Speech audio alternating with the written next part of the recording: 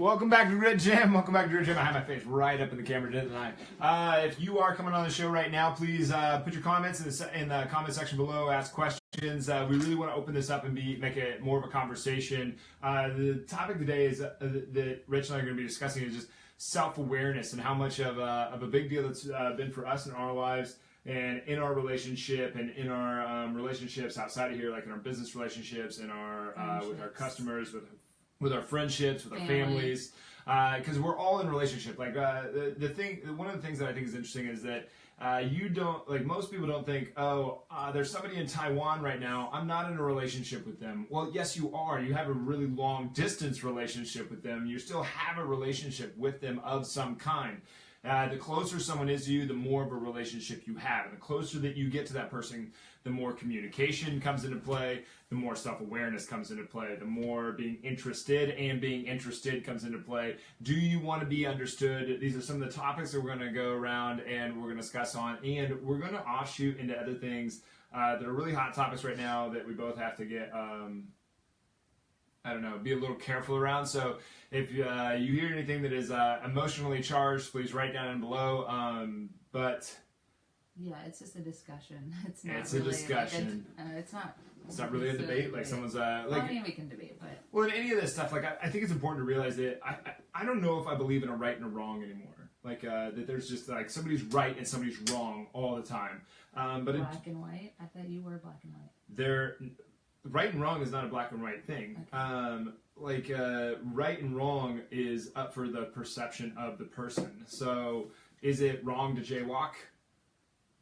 Some people that are super rule followers would be like, yes, it's wrong to jaywalk. It's against the law. Well, I don't think it's that big of a deal. As long as you're not walking out in front of a car that's going to hit you and then blame that car and be like, well, you need to pay, well, I don't know if that's the right way to say it, but,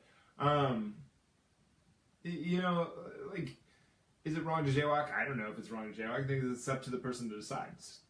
So that's what I mean by, is there a right and is there a wrong? I don't know if there's actually a right and wrong, but yeah, I do tend to think from black and white, but the and is the important thing in the black and white.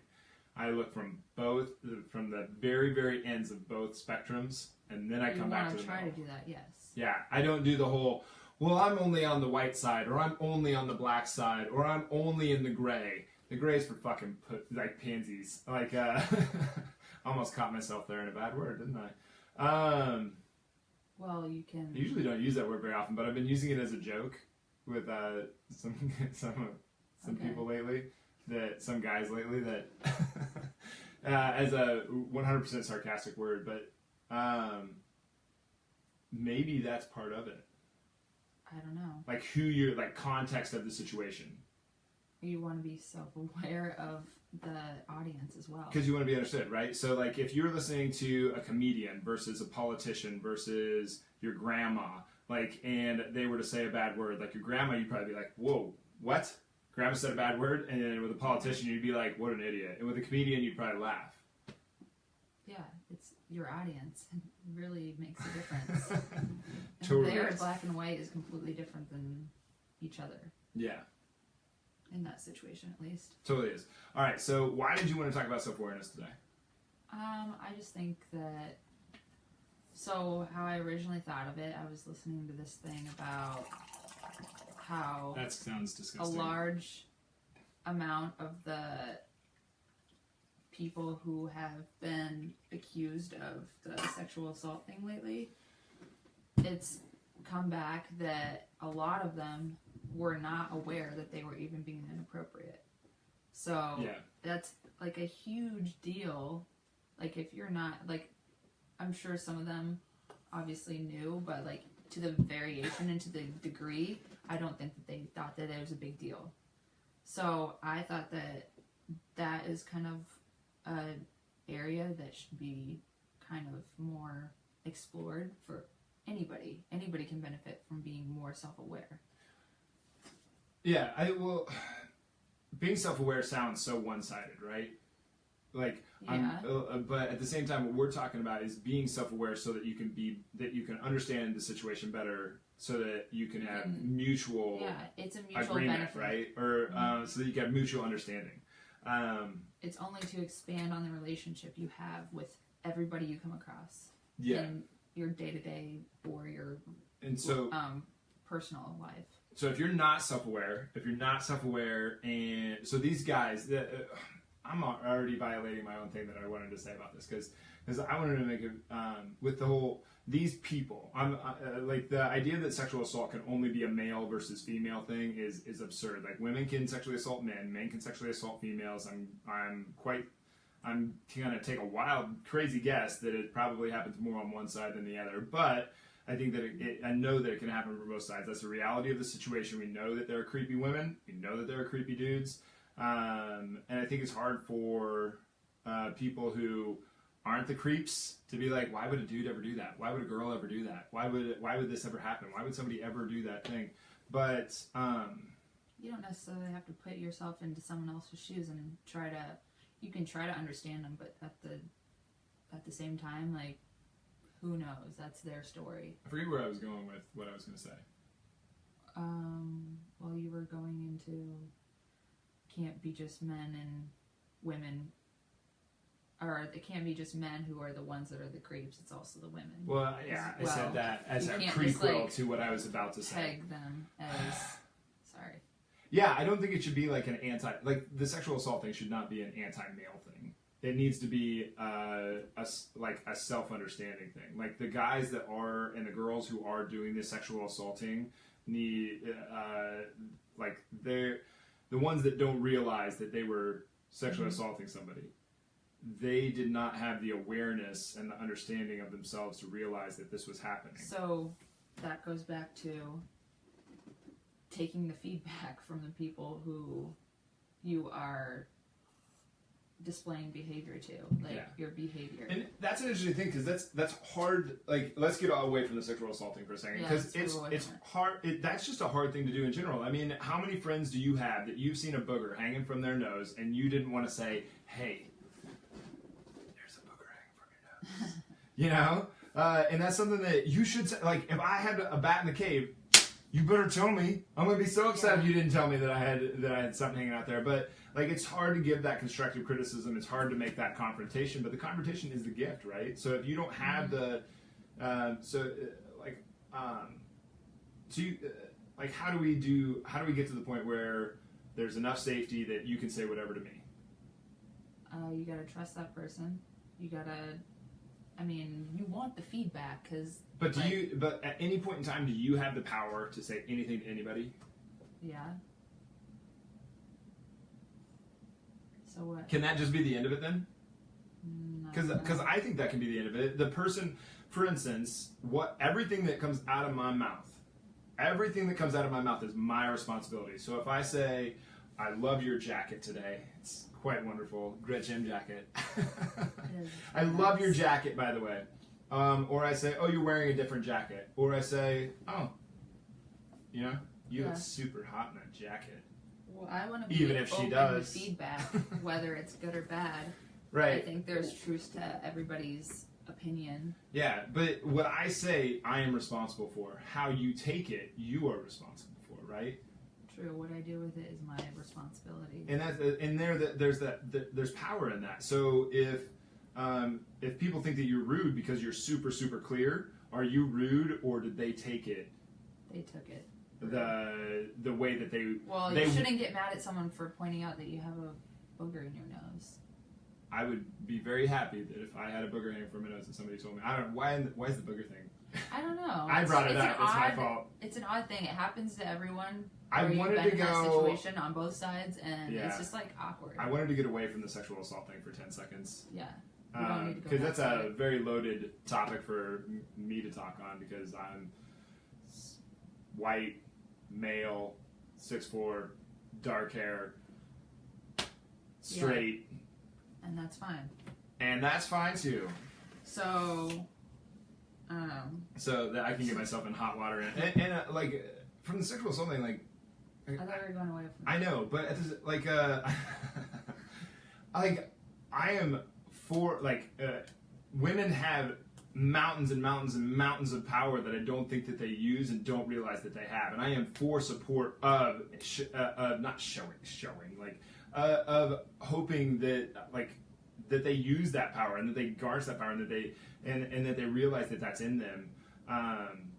So like when I say I wanted to back up and kind of defend myself from being like, oh, I could get myself in hot water, like anything that I say about the sexual assault thing, like, man, I am in support of women and men sticking up for themselves, being in a powerful position and taking responsibility for their own lives.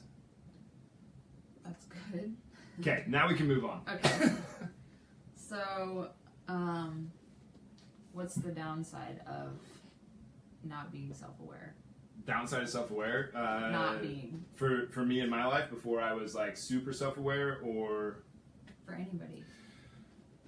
Let's say there's somebody who takes offense to everything. Oh my God, that would be... every feedback that they get. That sounds about as fun They're as kind of steroids. just sitting. I feel like it's like they're putting themselves in a corner so they can just kind of be in their own little world. I think they're not commiserating really... with themselves. They're sitting there feeling, they're like the people who habitually find things to be offended by, I think they're looking for things to be offended by. And I've kind of been this guy. Like, I'll look for reasons, like, nobody likes me. I don't know what to do. I guess I'll hide in my room and I'll prove it to myself by... That I'm not good enough. That I'm not good enough to have a friend because I don't talk to anybody. Well, see, that's what it is. It's you're putting yourself in that bubble where nobody wants to ever say anything to you like that again. Nobody wants to give you feedback because you take it so personally. Yeah. And when really... think of it the was a opportunities that you have missed out on by, like, say, so there was this thing I was reading about. It's called, I think it's called 360. It's basically an anonymous, like, people give their anonymous opinion on you. I think it's in office kind of related or like work situations. So it's a completely 100% anonymous review of yourself. Okay.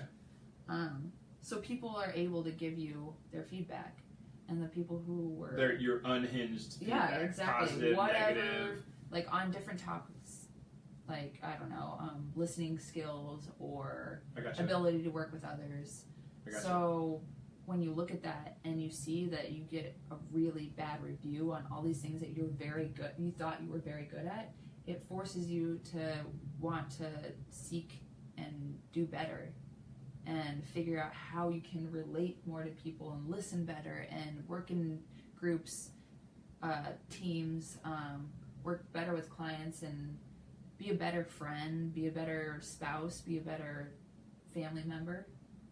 It's a good quality to have, and for you to just sit in the corner and kind of take offense to the things that people are trying to help you with, you're missing out on a lot. And that's a self-awareness thing right there too, because the person who is giving the feedback has to be self-aware of how because although I am responsible for everything that I say, and you are responsible for how you take it, that's 100% and 100%. So you can decide if I tell you something, but how I say it matters is what I'm saying. So if I come up to you and say, change your shirt, looks like shit. Like, you can be like, oh, well, thank you for... Yeah, I'm going to be but like... that's... Okay. You can Thank be you like, for telling oh, me. I guess that's a gift that I should go change my shirt. Thank you for telling me. Or yeah, you have to have empathy get that in fucking your booger delivery. out of your nose. You know, like, so, like, that's where, yeah, I might be responsible for what I said, and I'm not responsible for how you took it. However, there is, like, something there where I can take more responsibility and say something nice, and then say it in a constructive way, so that in the hopes that you will take it better. Delivery is important. I mean, I deal with the public. You deal with the public. You could say, there's certain people that you could say, I mean, you could be like, beautiful day outside, and they'd be like, I hate beautiful days. Well, see, they're not self-aware.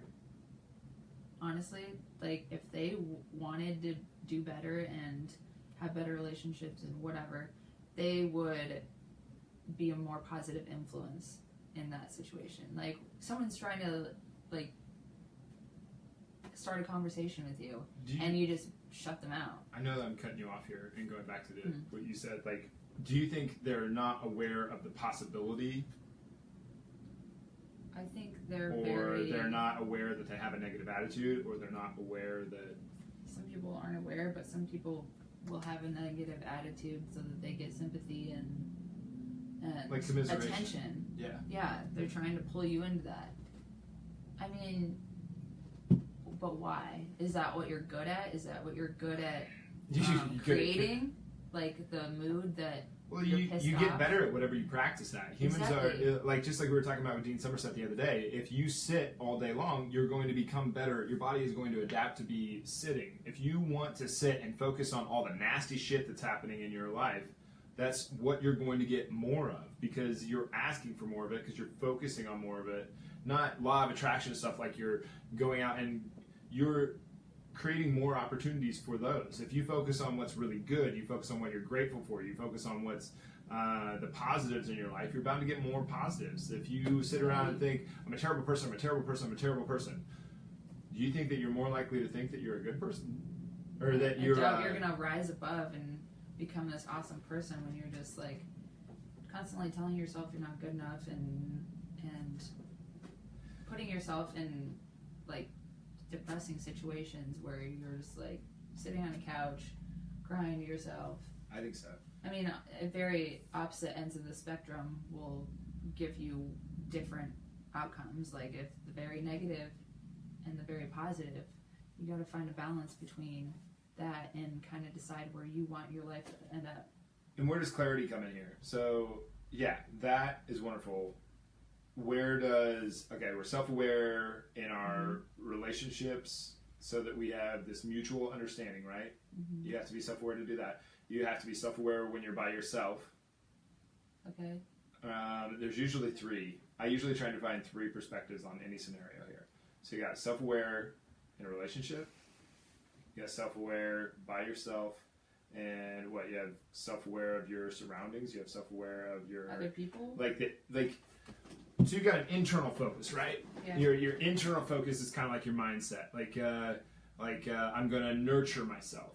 Like, how do you do that? You know, I'm going to focus on the positive. That's kind of more of an internal.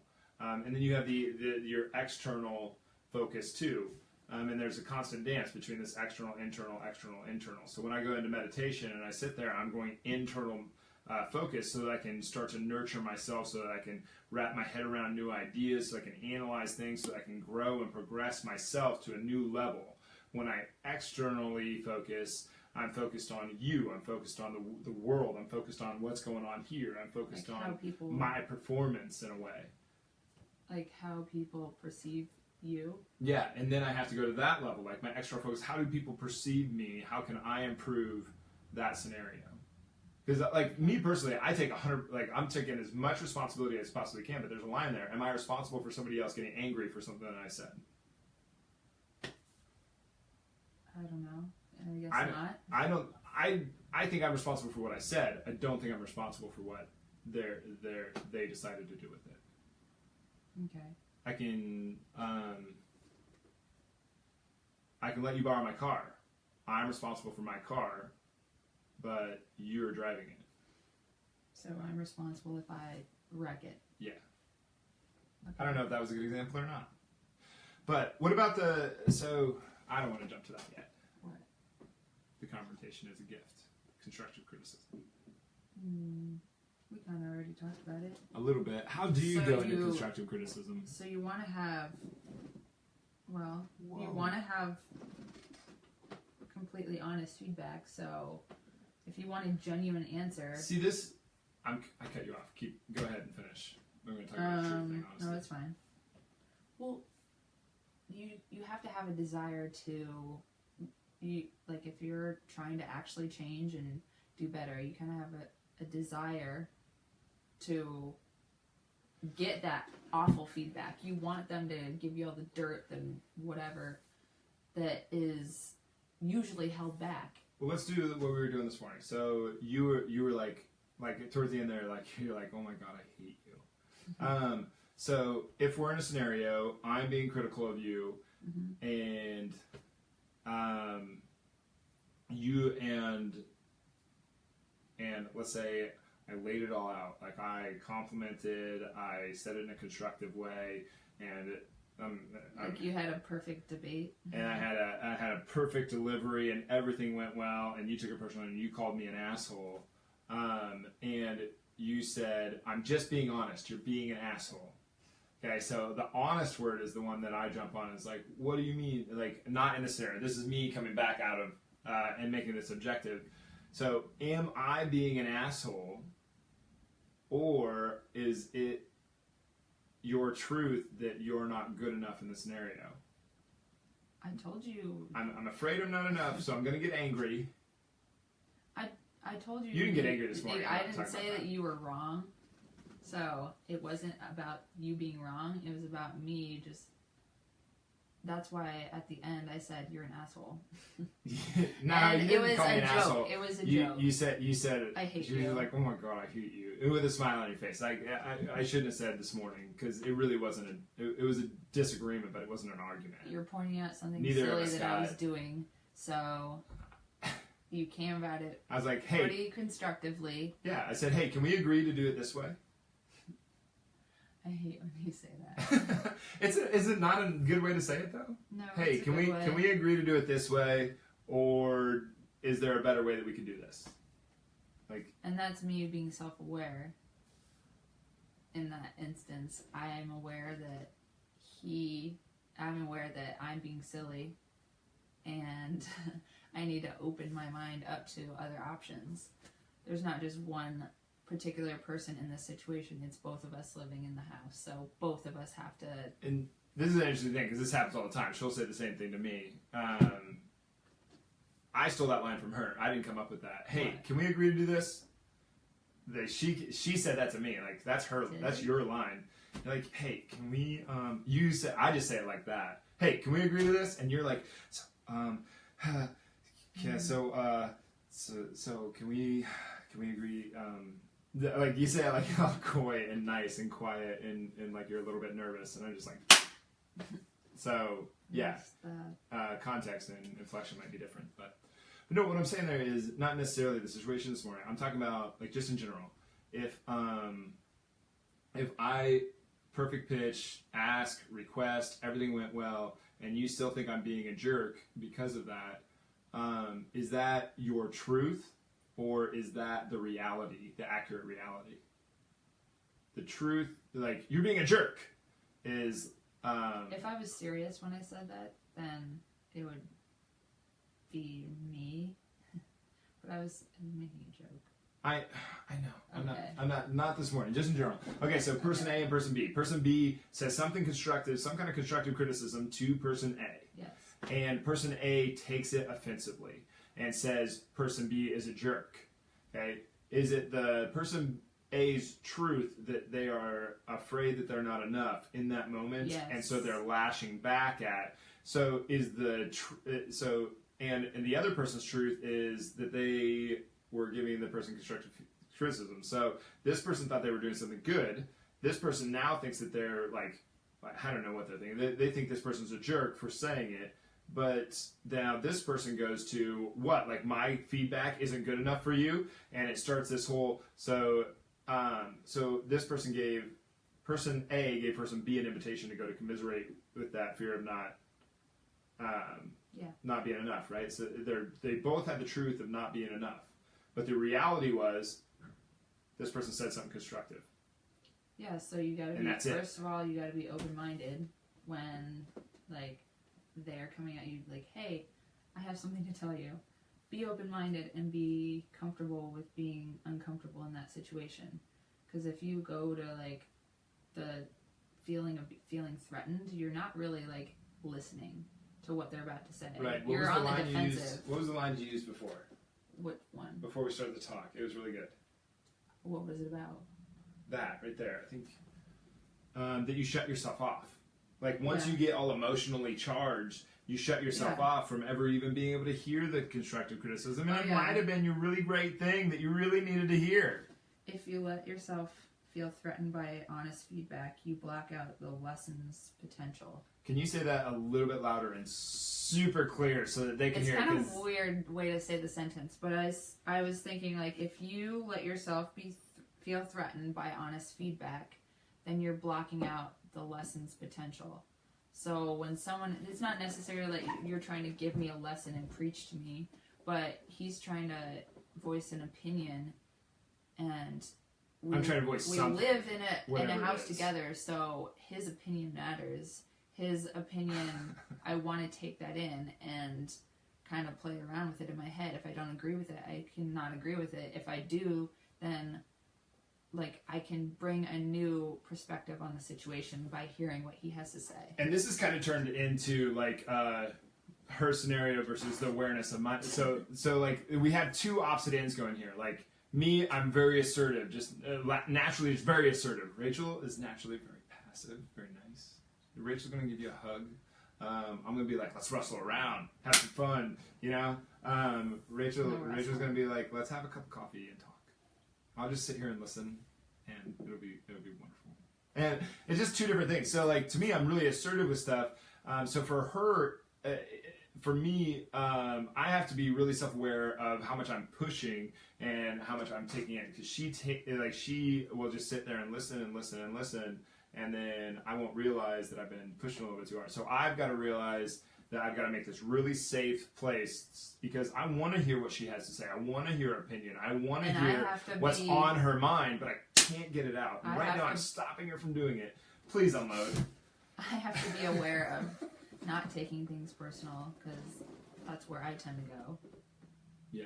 In a lot of situations, because I want so much to hear and listen what someone's telling me, but I have to practice more of just listening and just like kind of taking yourself out of the situation. You and listen better than anybody I've ever met in my life. Well, I can do better. I want to do better, because I mean, I don't think I listen as well as you think I do. You're just I'm getting there. I think I listen better than a lot of people, but like I want to be a listener and kind of like almost become, I want to stick myself in someone's brain and be able to empathize with what they're coming to me about. Well, like the thing that you do, like the whole rounded experience of what they're trying to say. Yeah. Because in that point, you can really give them a perspective that they can work with. Because not everybody's the same. Everybody's different. Everybody has different experiences, and they can take away what they want, basically. And then down the line, it's harder for you to kind of put yourself in other people's shoes unless you've worked at it. You work at, like, I think that's one of your great strengths, though. Like, I think, like, really, for someone who spent most of his life feeling like no one understands, I kind of victimized myself there. I never really considered myself a victim. I was just like, Nobody understands. Nobody understands me. That was my fault. Like, it was my responsibility. Because you're not being clear. It was because I wasn't being clear. But you were probably the first, like, seriously, like, you're probably the first person in my life that has ever, like, really, like, where I'm like, wow, she, like, it took a long time. I know. It's not that I even understand you. It's like, I want to. So, you got to ask questions as well. What is it? The person who's asking... Yeah. The person who's asking question is the person who's... What? In control. Yes. Yeah, the person... Well... They're the one in the power. You're driving the conversation. You want to know more about the person. You want to put yourself in their shoes so you can understand where they're coming from. Yeah, that's why I like all of these things where people try to teach you how to be a better communicator. They're like, make eye contact and sit up straight and pay attention. Act like you're interested. Repeat the. It's that's okay. But none of that is going to matter unless you are interested. Yeah, unless you're actually seeking understanding, it doesn't matter if you are making eye contact and trying to act like you're interested. Like, give me a break. Like, be interested. Try to understand. Well, be curious. What are they? Everybody is an expert at something. So if you walk into a conversation like that, you're gaining perspective whether you want to or not. Because whether you want to or not, yeah. If you're genuinely interested in what someone has to say, they will feel safe to. Oh my god, they want to say Ah. Rachel's freaking out about what's going on outside the window behind her. But no, like one time I went to, I know exactly what you mean, because one time I went to a conference, and I walked away from it. I was so upset because I had no money at the time. I was going to these conferences, basically just racking up credit card debt to learn, because I was so sold on just keep on learning. It's going to pay itself back. And I kept on going to these conferences. I went to this one conference, paid a lot of money for it, didn't feel like I got anything from it. I should have been the one up there teaching more than I should have been the one in the audience. They're the ones that needed a lesson in strength and conditioning and mindset. But anyway, I walked away from that with all this angst, right? And on the way home, I realized, you know what? Those people, they might have had nothing to teach me. It might be, but at the same time, were you like accurate. scribbling in your notebook the whole time? Yeah. And that's the thing, is that I made the decision after that moment. I was like, even if someone has nothing to teach me, I will always learn something. Yeah, it's a decision. That's my responsibility to learn, not necessarily their responsibility to teach me something. Yeah, you're putting yourself in a room full of people who are like buzzing with like. Oh, you mean like, yeah, just in this environment, it's really good. Anybody who's in a room at a conference, whatever the conference is, they're all there for a reason. Yeah. They're all there to learn something. You're thinking of when we went to the conference together, and I basically sat and didn't listen to any of the. Which conference? In Miami. No, we went to this conference, and I was just scribbling the whole time. I wasn't talking about that. I'm just talking about any conference. Oh, like, any no conference. matter what, even if it's for knitting, you're there with everybody has a common. You're in there with like-minded people. That's why I like showing Yeah. up to Grit Gym. You're around all these other really positive people that are going for a similar goal to you, and all of a sudden you start doing better. You start showing up more. You start buying in. You start getting stronger. You start doing things that you never would have done before, and you could do that even if you showed up and you never said a word, you never asked a question, you never made a friend. Just being around them, it's this weird thing. Yeah.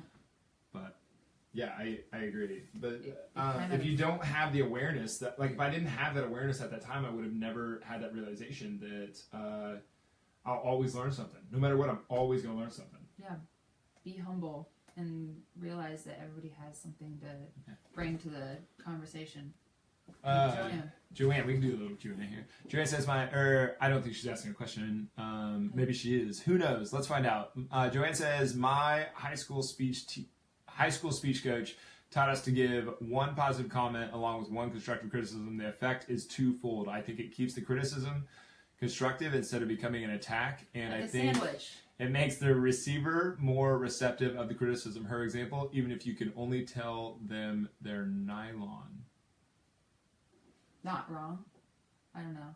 Is that an autocorrect, or I don't know, maybe there's a run under nylon? But even still, it's like the comment, the criticism, the comment. It opens. I personally like Socratic method. You just ask a question. Well, it opens the sandwich. Opens their like they don't want you don't want them to be on the defensive. You just shoot if them they. No, I didn't. If you right. sit into the conversation and start with this is what you're doing wrong. You're basically putting them on the defensive right away. Yep.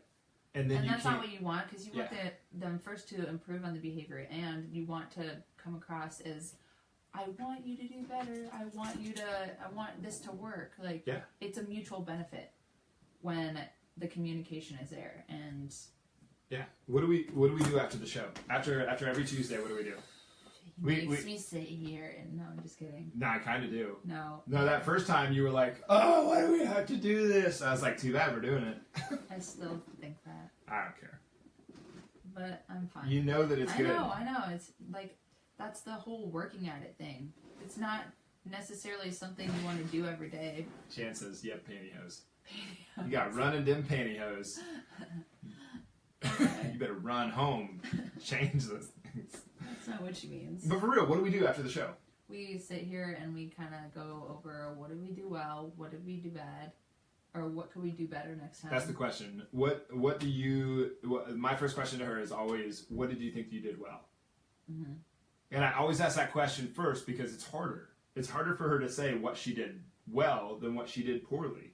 And it is that case for most people. It's that way for me too. So I say, what did you do well? And she's like, oh, I don't know. I don't know. And I was like, well, what'd you do well? What'd you do well? And she'll be like, she'll try to evade it, and she'll try to like, and I'll be like, I'll just come back to it. What'd you do well? And then she'll say a couple things that she did well. And then I'll say, what could you have improved upon? I don't say, what'd you do poorly? I don't say, what'd you do bad? What'd you do wrong? What'd you mess up on? I say, what could you have done to improve? What could you have improved upon? And so we sit there and we give a couple of those. And then I say, what I think that she did well, and then I also turn around and say, this is what I think you could have improved upon. And then we flip the tables. She asks me, Adam, what do you think that you did well? I give her a couple things, and then she says, what do you think that you could have improved upon? And I say, what I think I could have improved upon. Okay, I think and I get it. then she says what I did well, and then she says what I could have improved upon. Yeah, it's a way to kind of take a second to absorb what just happened and how we can improve upon it and how we can, what we're doing well.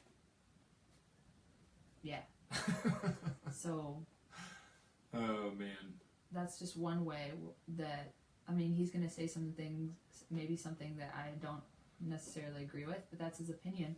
And if that's his opinion, maybe it's somebody else's opinion. And if I don't take that to heart, then I will never improve on that. My opinions are always coming whether it's from right or wrong. an insanely analyzed position. Sometimes I go to a fault. Sometimes. And I go to the opposite side, and then back to this side, and then back to this side, and then around to the beginning. And people are, and it's so, and I went like this far to come back to here, to go to there, to come back to the beginning, to only go 1 inch this way. And people are like, that's too simple. And they're like, well, you can go through all the other scenarios that I went through, and maybe you come up with the same thing. But I am extremely analytical. But yeah, that's what we do at the end of every show. And that's what we do with a lot of stuff. Mm-hmm. A lot of stuff. A lot of stuff. I'm not willing to have a normal relationship. And I don't think it's normal. Hopefully. It's definitely not. I don't think it's normal either. What do we want to get across about self-awareness? Because it's really easy to say, yeah, be self-aware. But people don't want to hear the truth all the time, because the truth, like, people don't want to hear the reality all the time. They just want to hear their truth is the correct. So I think, first of all, you gotta be comfortable with being uncomfortable. Have the actual, like, if you really want to improve and you really want to know someone's opinion, take it, like, have a genuine desire to take in feedback from anybody. Yes. Huge. Even if you don't like the person, or you don't care, or and they have no idea who they are. Even if you hate the feedback. Yeah. So, like, Think when I used to serve, I'd get feedback all the time from people that were literally assholes. They wanted to put you down so bad that even if it was right or wrong. Well, were they but assholes? I learned the most valuable lessons from those people. That's a good point. Were they assholes, or were they miserable people giving you an invitation to join them in their misery? Some of them were. I think all of them were. But if I wouldn't have, it's kind of like Yelp. Like, that is the ultimate feedback. These people are sitting, like, some of them are sitting behind their little desk. They have no idea what they're talking about. But some of them give some very insightful ideas. And they kind of spark, like, a standard for complaints business. Are opportunities for a solution. They are. Some of them have no idea what they're talking about. If I don't get the complaint, how am I going to come up with a solution? Exactly. And you might not want that person in your restaurant ever again. You might not want that person to ever come to your business again. But those people, those types of people are going to come back. And if you can kind of, I don't know, figure out a solution to that problem, then you won't get that kind of feedback again, because you've improved upon it. Star 86 them, or whatever. What's that? 76. 86 them. It's like a 86 restaurant term. When you get kicked out of a restaurant and you're never allowed to come back. I didn't know about this. 86. I haven't been 86. So that's not why I know about this. I know about this because she came home one day and said we had to 86 somebody. I didn't know what that meant. I don't know why it's 86. I could probably look into that, but yeah, I mean, you're gonna get complaints from people that they're not even on your radar. You'll never see them again. You'll never want. You get complaints all the time. I can't tell you how many times I've pulled out of a driveway or turn left, and someone like so far away for me that it was and we'll. I mean, where it takes like 10 seconds to even pull up to each other, and they'll go like that behind their steering wheel, like as if I pulled out in front of them too close, and it's like. And you're just like, you're fucking weird. Yeah, that's not what I do. But I just keep driving. I don't even think about it. You do kind of have that in the back of your head. Oh, like I'm driving better now. Like, you know what I mean? Well, I think in those scenarios, like maybe I have pulled out in front of somebody poorly, but that complaint, I think that's where the responsibility thing comes in. Did I make an error? Well, if I did, now I get to acknowledge it. Now I get to learn from it, and then I get to move on. If I didn't make an error, and in most of these scenarios, then you I can don't just think. laugh. Yeah, then I get to laugh. Like, man, I hope that person's day gets better. But if you did do something that was kind of if you not safe, and you made like a wrong turn, or you went down one way, then that person has acknowledged that you're doing it, and they've kind of helped you realize, hey, you're not being very safe. They shouldn't do it in that way, obviously, because I think the horn thing is ridiculous. Yeah. Like, laying on the horn, what does that accomplish? Usually 9 times out of 10 that just scares the crap out of me. It's like sitting around and bitching about politics. You're really solving some world issues. I know. Debates. I know. Anytime I say that word, that's what Rach does. She's like, nope. Not going there with you. Nope. But like what is like sitting around bitching about politics? What's it gonna do? It doesn't do anything. You can learn from each other's perspectives. You can learn from each other's perspectives. You're not trying to like, and not necessarily pull you into a different political party, but you can kind of see a different perspective from everyone. Not everybody has the exact same views. Not every Democrat thinks the same issues are important. It's just a variation of that. I think it's all kind of silly. It's like, but that's a different topic for a different day. Yep. All right. So being self-aware is not just about feel-goods. Being self-aware is actually a very difficult thing. It takes a ton of conscious. Being comfortable with being uncomfortable. You're good. Like the second that you really take responsibility for everything in your life, everything that happens to you and that you do in your life, man, things get real uncomfortable really quick. And self-awareness is one of them that.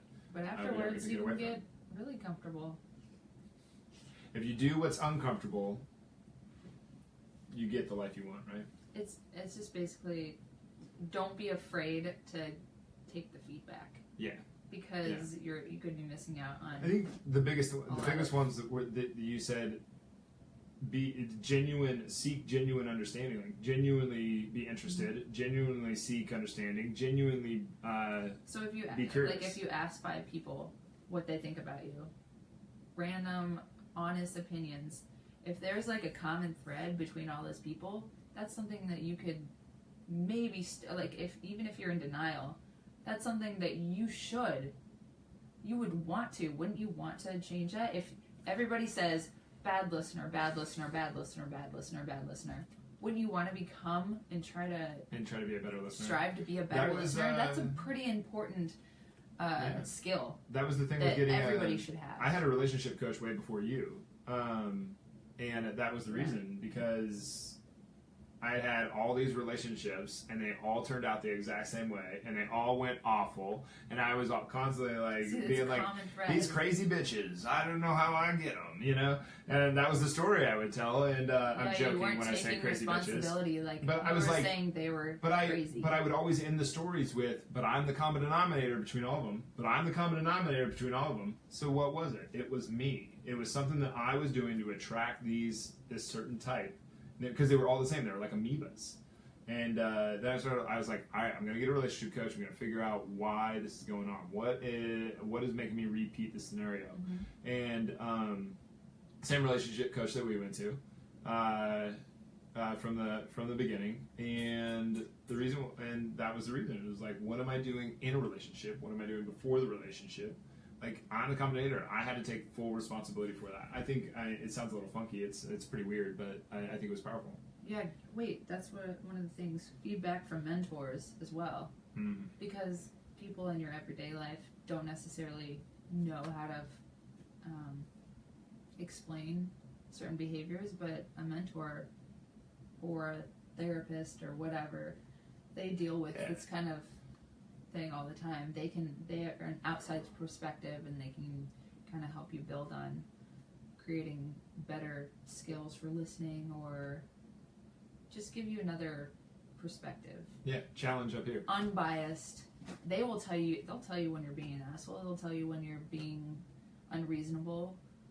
They don't care. It's in their benefit. It's in your benefit. It'd be a disservice to not to. Yeah, it's their job. But we are way over time, so okay. We gotta.